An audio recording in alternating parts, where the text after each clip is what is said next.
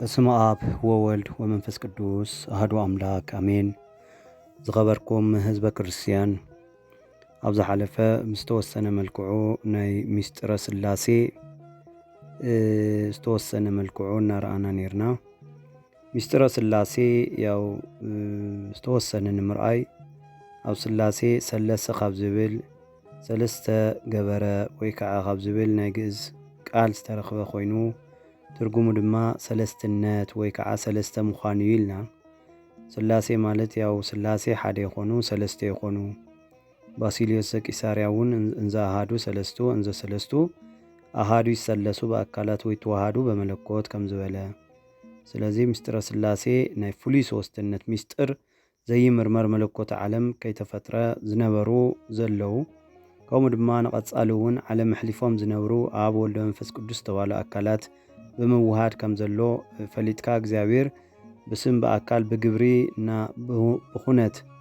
ሰለስተ በባህሪ በህልውና በመለኮት በፈቃድ በስልጣን ሓደ ከም ዝኾኑ ምእማን እዩ። ከምኡ ድማ ስለዚህ ስላሴ ናይ እግዚአብሔር ናይ ሓድነቱን ናይ ፍሉይ ሰለስትነቱን ስም እዩ ኣብ ዝብል ርኢና ኢና ጥበብ ምዕራፍ 6 ካብ ፍቕዲ 6 ከምኡ ድማ ስላሴ ቅድመ ዓለም መን የመስግኖም ነይሩ እንተኢልና ባህሪኦም ንባህሪኦም የመስግኖም ነይሩ። እዚ ማለት ያው ረቂቕ እኳ ተኾነ ነገር ግን ከም ሎሚ ኩሉ ብሓድነትን ብሰወስትነትን ይምስገኑ ነይሮም። ከምኡ ድማ ቅድመ ዓለም ካብ ዝተፈጠረ ፍጥረታት ኩሉ ያው ምስጋና ዘልዮም ወይ ከዓ ንምስጋና ካብ ባህሪና እዩ። ያ ማለት ምስጋና ሲ ንሕና ዋላ ተዘይነመስግኖም ምስጋና ግን ናይ ባህሪኡ ስለ ዝኾነ ኣብቲ ቀሌምንጦስ ዝገለጾ ምስጋና ናይ ባዕሉ እዩ ወይ ከዓ ናይ ባህሪኡ ኢሉ ኣብ ዮሐንስ ቅዳሴ ከም ዝገልጾ ማለት እዩ። ስለዚ ናይ ስላሴ ሰለስትነት ከመ እዩ እንተኢልና ከዓ ብስም በአካል ብግብሪ ብኹነት እዩ ኢልና ነርና። ብስም ማለት አብ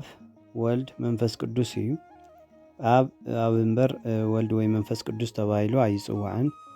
ወልድ ከዓ ወልድ ይበሃል እምበር ኣብና መንፈስ ቅዱስ ኣይበሃልን። መንፈስ ቅዱስ ይበሃል እምበር ኣብን ወልድን ተባሂሉ ኣይጽዋዕን እዩ። እዚ ከዓ ኣብ መጽሐፍ ቅዱስ መሰረት ብምግባር ማለት ናይ ክብሪ ወይ ከዓ ናይ ጥንቲ ስላሴ አዳም ክፈጥሩ ከለዉ ንግበር ሰብአ በአርአያነ ወበአምሳሊነ እግዚአብሔር በለ ሰብ ብመልክዕናን ብምሳሌናን ንፍጠር ይብል ኣብ ዘፍጥረት ምዕራፍ 1 ካብ ፍቕዲ 26 ዘሎ ቃል ማለት እግዚአብሔር በለ ክብል ከሎ ያው ሓድነት ክብል ከሎ ሰብ ብመልክዕናን ከም ምሳሌናን ንፍጠር ክብል ከሎ ከዓ ሰለስትነቱ ከም ዘረድእ ማለት እዩ። እግዚአብሔር በለ ኢሉ ክገልጽ ከሎ ብሓድነት ስለ ዝግለጽ ማለት እዩ። ከምኡ ድማ ምስጢረ ስላሴ ንዓብዪ ናይ ሃይማኖት ሰብ ኣበ ብዙሃን አብርሃም ብጣዕሚ ብዝጎልህን ብዝተረድአን ኩነታት ተገሊጹሉ እዩ። ንዚ ዝርዝር መብራህሪ ከዓ ኣብ ዘፍጥረት ምዕራፍ 18 ሙሉእ ከም ዘለዎ ማለት እዩ። ምክንያቱ ኢልዎ ነይሩ ኣነ ውእቱ እግዚአብሔር አምላክ አብርሃም ወአምላክ ይስሐቅ ወአምላክ ያዕቆብ ተባሂሉ ንሙሴ ኣብ ዝተነገረሉ ኣነ ናይ አብርሃም አምላክ ከምኡ ድማ ናይ ይስሐቅ አምላክ ከምኡ ናይ ያዕቆብ አምላክ እየ ኢሉ ንሙሴ ኣብ ዘጸአት ምዕራፍ 3 ካብ ፍቕዲ 6 ዘሎ ተናጊርዎ ማለት እዩ። ብኻሊእ ኣብ ብሉይ ኪዳን እንተሪኢና ቅዱስ ቅዱስ ቅዱስ ናይ ሰራዊት ጌታ እግዚአብሔር ምድሪ ኩሉ ብክብሩ ተመሊኣ ኢሉ ነቢይ ኢሳይያስ ምዕራፍ 6 ካብ ፍቕዲ 1-3 ሰለስትነቱ ብቅዱስ ቅዱስ ቅዱስ ኢሉ ብሰለስተ ብምጽዋዕ ናይ ሰራዊት ጌታ ይብል እሞ ኣብቲ ሰለስትነቱ ገሊጹ ናይ ሰራዊት ጌታ እግዚአብሔር ኢሉ ሓድነቱ ገሊጹ ካብኡ ድማ ምድሪ ኩሉ ብክብሩ ተመሊኣ እያ ከም ዝበለ ማለት እዩ። እቲ ካሊእ ያው ብስም ሰለስትነት ምስ ረኣና ናይ ግብሪ ሰለስትነት ከንታይ እዩ ኣብ ዝብል ኣብ ዝረኣና ዮ ኣብ ወልድ መንፈስ ቅዱስ ነንሕድሕድ ያው ፍሉይ ናይ ኣካል ግብሪ ኣለዎም ማለት ናይ ኣብ ግብሩ ወላዲ እዩ ምውላድና ምስራጽ እዩ ንመን የስርጾ እንተልና ንመንፈስ ቅዱስ የስርጾ ናይ ወልድ ግብሩ ከዓ ተወላዲ እዩ ናይ መንፈስ ቅዱስ ግብሩ ከዓ ምስራጽ እዩ እዚ ማለት ክርስቲያን ኣብ ወላዲ ኣስራጽ እውን እዩ ወልድ ከዓ ተወላዲ መንፈስ ቅዱስ እውን ሰራጺ ኢሉ ይኣምን ማለት እዩ ኣብዚ እዩ ተተፋልሶ ናይ ካልእ ሃይማኖት ለምሳሌ ናይ ካቶሊክ እንድሕር ኢና ኮይና ኣብዚ ተፋልሶ እዚ እዩ ናይ ግብሪ ሰለስትነት ብጣዕሚ ዓብይ ተፋልሶ ኣሎ ያ ማለት ለምሳሌ ንሕና በኦርቶዶክስ ተዋህዶ ሃይማኖትና ተምረና ኣብ ወላድን ኣስራጽን እዩ ክትብል ከላ ካቶሊክ ግን ወልድ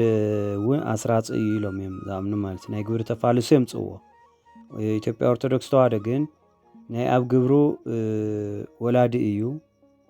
ወኣስራጽ እውን እዩ ትብል ናይ ወልድ ግብሩ ግን ተወላዲ እዩ ወይ ከዓ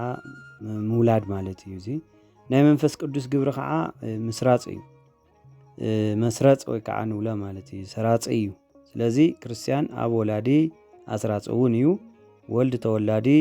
መንፈስ ቅዱስ ከዓ ሰራጽ ኢልና ንኣምን ማለት እዩ ወላዲ ማለት ያው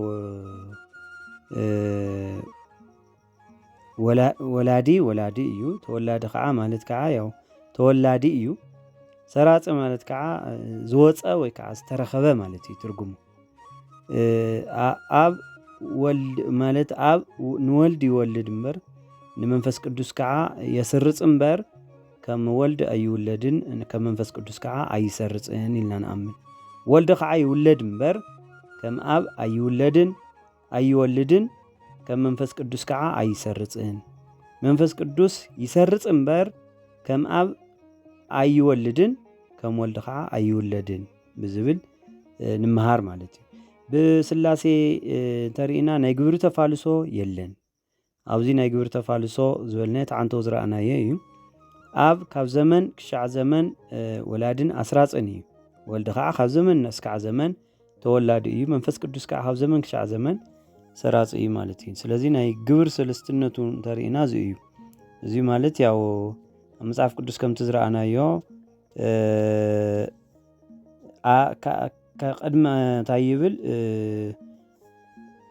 ካብ ኣጥብያ እዩ ዝብል ማለት ካብ ኣጥብያ ካብ ኣብ ኣጥብያ ኮኸብ ይብል እሞ ኣቐዲምካ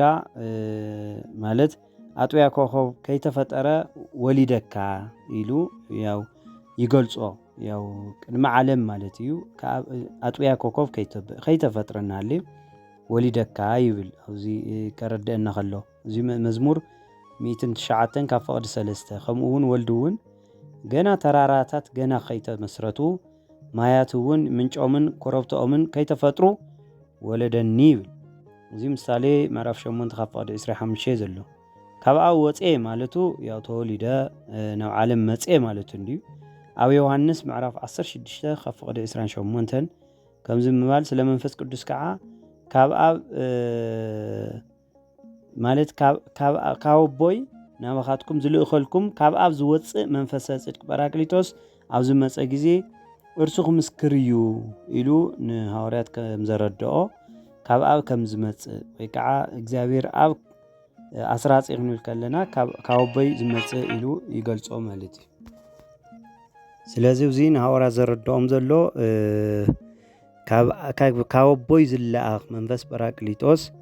እሱ ኣብ ዝመፀ ግዜ ብዛዕባይ ክምስክረልኩም እዩ ኢሉ ብምርድኡ ኣብ ዮሐንስ ወንጌል ምዕራፍ 15 ካብ ፍቕዲ 26 ንሪኦ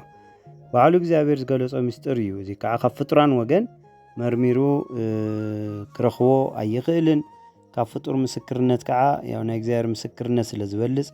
ናይ ኦርቶዶክስ ተዋህዶ ቤተክርስቲያን ምስክርነቱ ተቐቢላ እግዚአብሔር ብስም በአካል ብግብሪ ሶስትነት በባህሪ በህልውና ሓደ አምላኽ ኢላ እውን ተኣምን ማለት በኻሊእ ናይ ኣካል ሶስትነት ኢና ርኢና ናይ ኣካል ሰለስትነት ማለት እግዚአብሔር በባህሪ ሓደ ክኸውን ከሎ በአካል ከዓ ብገጽ ብመልክዕ ሰለስተ ምዃኑ ባዕሉ ንባዕሉ ምስዋር ባዕሉ ንባዕሉ ምግላጽ ዝከኣሎ እግዚአብሔር ቅድመ ዓለም ወይ ቅድመ ዘመን ንብሎ ኣበው ለነ አብርሃም ኣብ ዘፍጥረት ምዕራፍ 18 ተገሊጹ ኣርእይዎ እዩ ማለት እዩ ድሓር ከዓ ኣብ ሓዲስ ኪዳን ማቴዎስ ወንጌል ምዕራፍ 3 ካብ ፍቅዲ 13-17 ገሊጹሉ እዩ። ስለዚ ናይ ስላሴ ናይ ኣካል ሶስትነት ከመይ እዩ እንተልና ንኣብ ፍጹም ኣካል ፍጹም መልክዕ ፍጹም ገጽ ኣለዎ። ንወልዲ ከዓ ፍጹም ኣካል ፍጹም መልክዕ ፍጹም ገጽ ኣለዎ።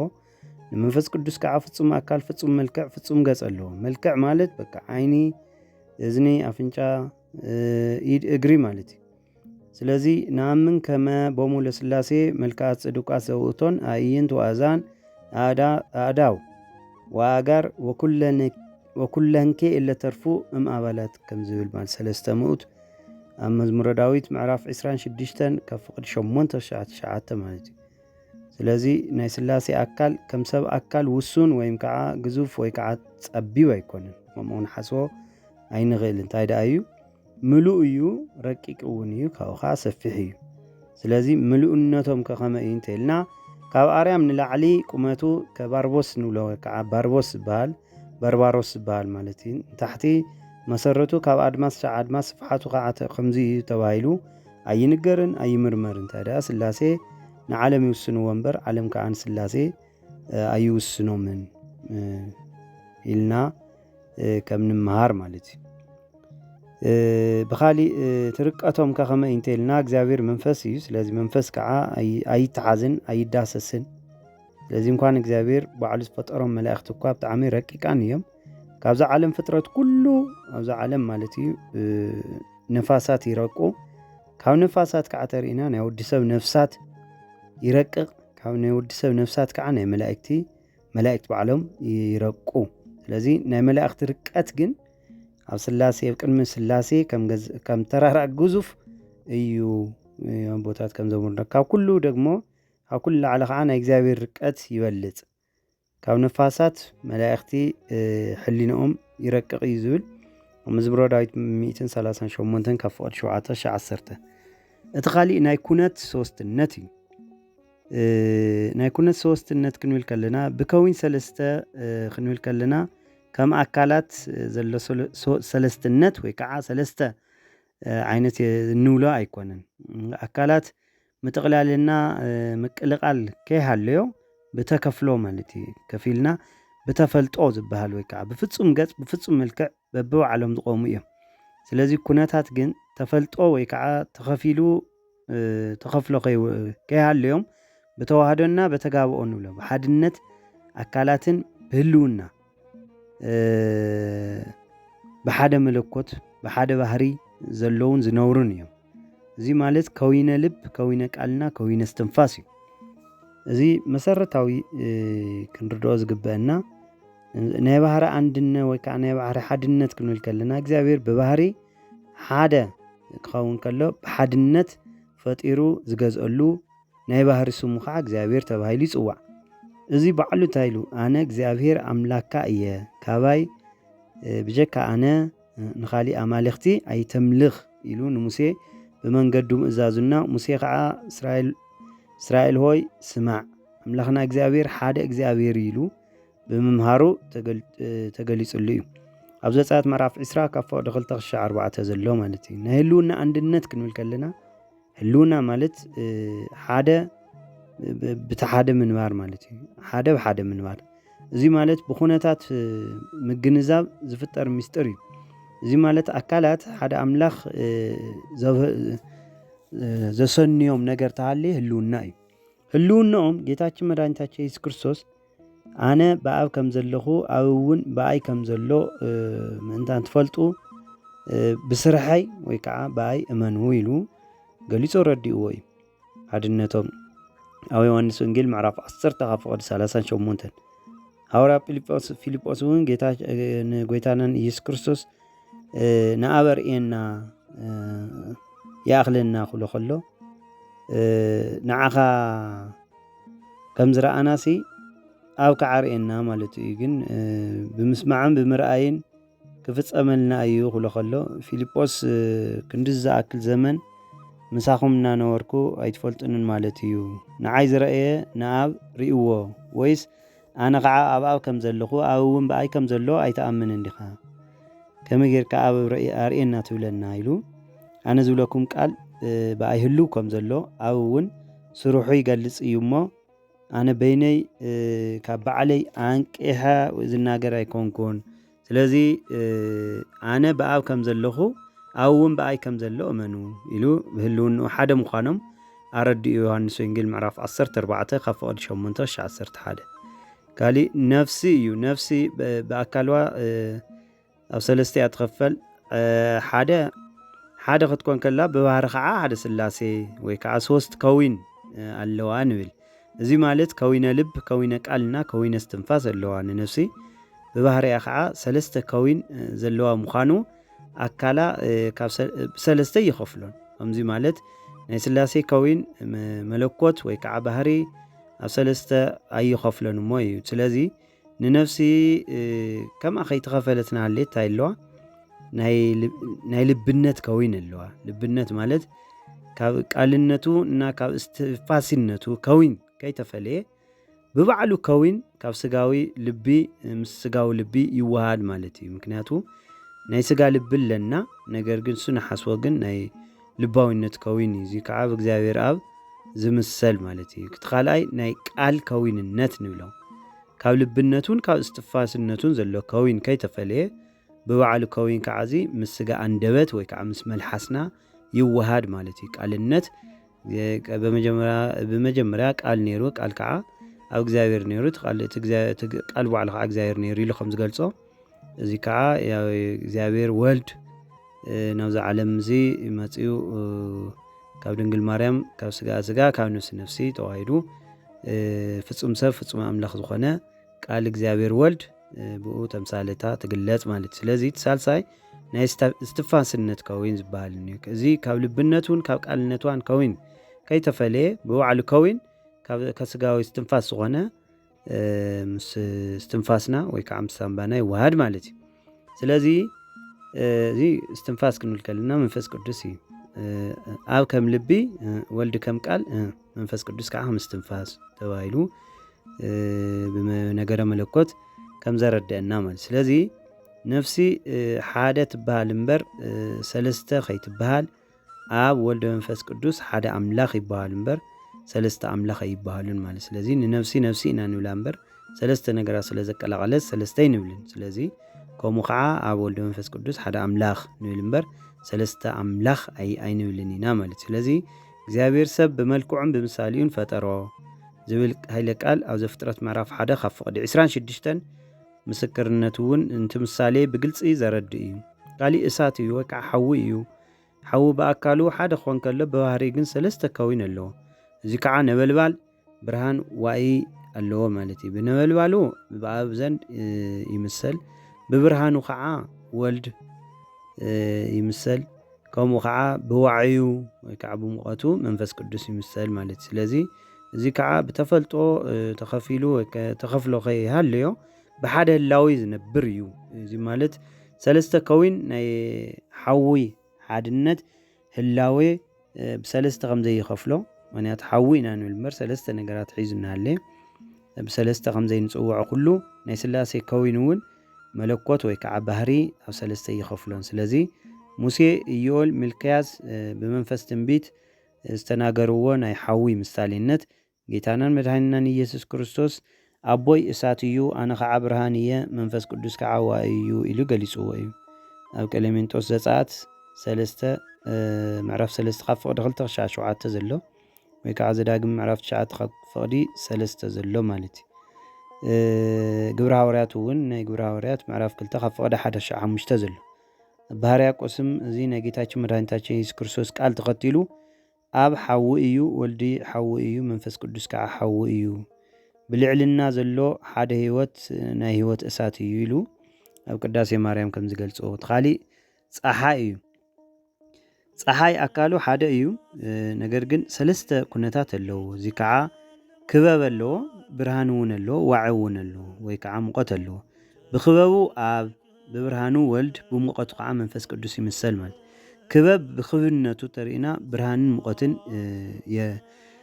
የርክብ ማለት እዩ ወይ ከዓ ይህብ ብርሃን ከዓ በክበቡን መሰረትነቱን ካፍቲ ክበብ ዝተረኸበ ንዓለም የብርህ ማለት እዩ ወይ ከዓ ጸልማት ይገፍፍ ማለት ሙቀቱ እውን ብክበብ መሰረትነት በትክበብ ተረኺቡ ትቅዝቃዜ ወይ ከዓ ዛሕሊ ይለቅቕ ማለት እዩ ነቲ ዝረጠበ ወይ ከዓ ታይና ንብሎ